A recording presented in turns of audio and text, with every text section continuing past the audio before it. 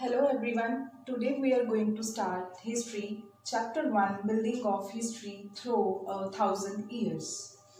Historians do not count time in seconds, minutes, hours, days, or years as we people do. For them, time doesn't only mean passing of years. For them, it also reflects in the kind of changes in political, social, economic, and changes in ideas and beliefs that a society undergoes.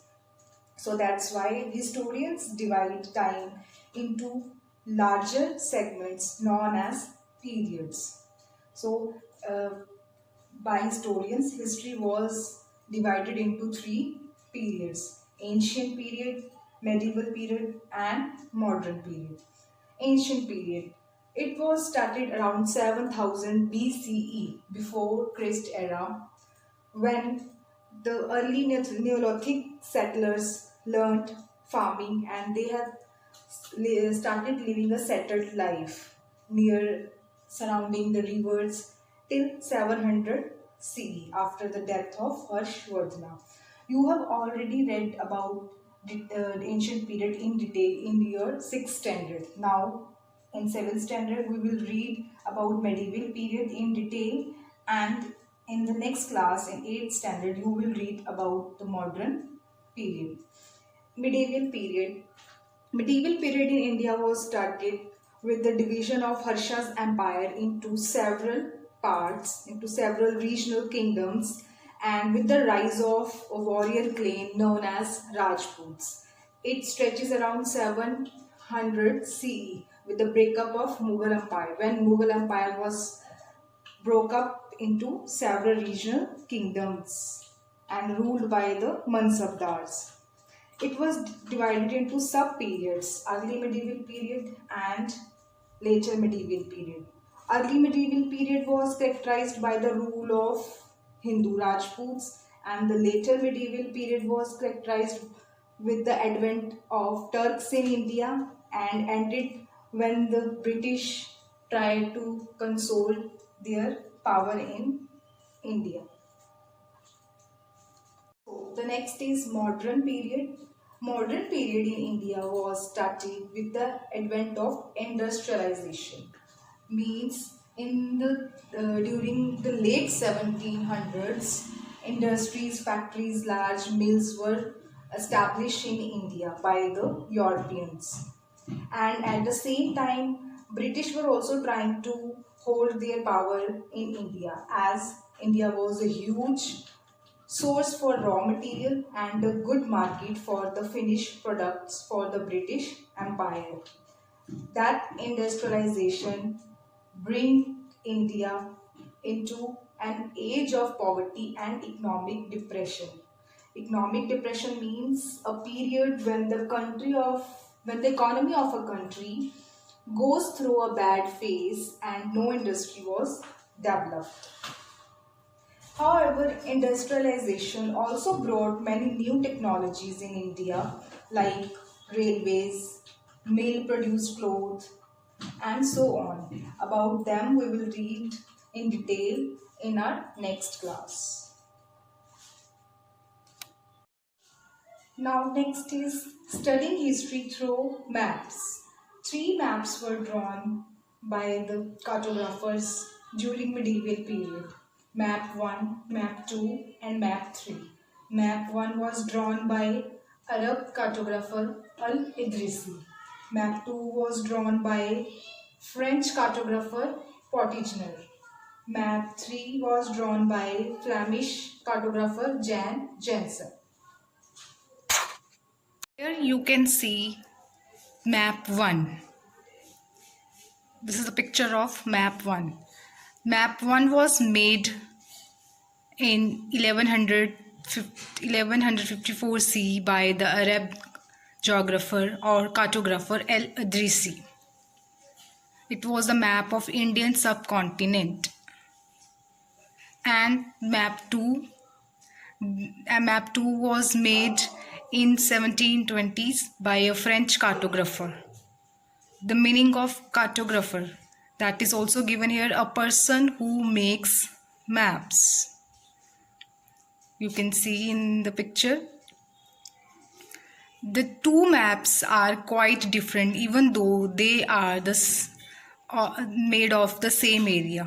In Aladrisi map, South India is where we could expect to find North India, like South India is on the top and Sri Lanka is the island at the top. Aladrisi's map, South India is where we expect to find North India, means South India is on the top and Sri Lanka is the island at the top. Usually in our map, Sri Lanka is with the south. Places names are given in the Arab language. So this is the picture of map 2. You can see English is used there. The language which is used on map is English, and the name of place Kanauj in Uttar Pradesh. The spelling of the Kanauj in the map is as Kanauj, started with Q. This map seems more similar to us, and the coastal areas in particular are surprisingly detailed. Means in this map is similar, like we use the maps today, and all the things are clearly described. This map was used by European sailors and merchants on their voyages. European sailors who use sea routes for import and export, and the merchants who came to different places, who came from different countries. Voyages means travelers for their journey. They come from different places.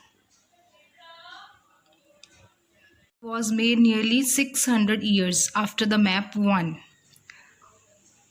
And the language which is used in this map is English. European sailors and merchants mostly use these maps for their journeys, for their traveling. So next is sources of knowing India's history.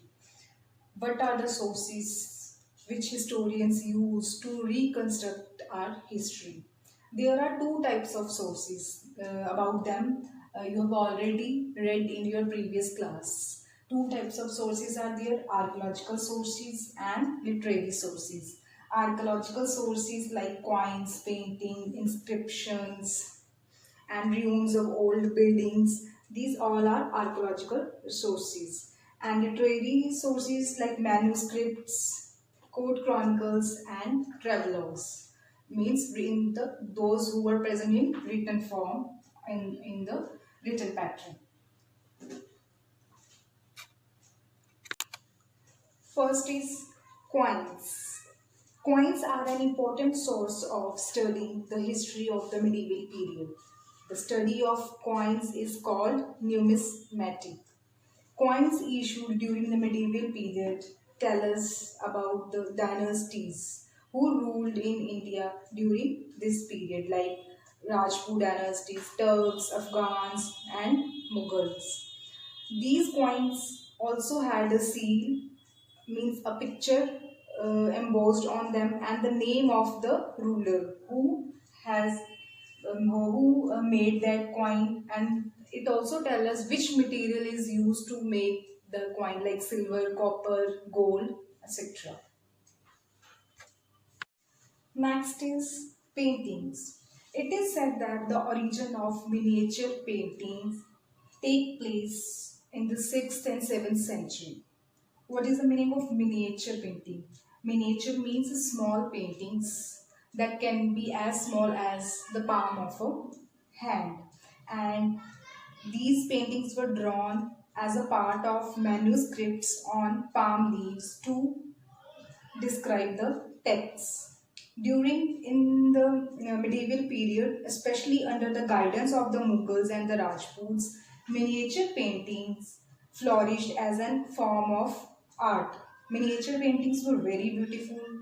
They used different bright colors and the details to depict various scenes like court scenes, huntings, and garden scenes. And some of these paintings were used to describe the text in a book. But later on, the text was erased and the paintings were preserved. The most popular themes of these paintings were Ramayana, Mahabharata, Purana, and we can say Ram Leela series of Ras Leela. These were the themes which were used to make these paintings.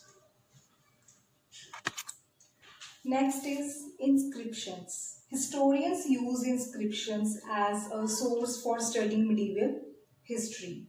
In the ancient India, the inscriptions were mostly written on rocks, on the surface of stone slabs, or on iron pillars. Inscriptions means the written information, the information which is written on these type of things like rocks, iron pillars, and the surface of a square stone slab. They were called inscriptions. And instructions given by the rulers were the main subject which were inscribed on them. But during the medieval period, inscriptions became as a praise for the deeds done by the kings.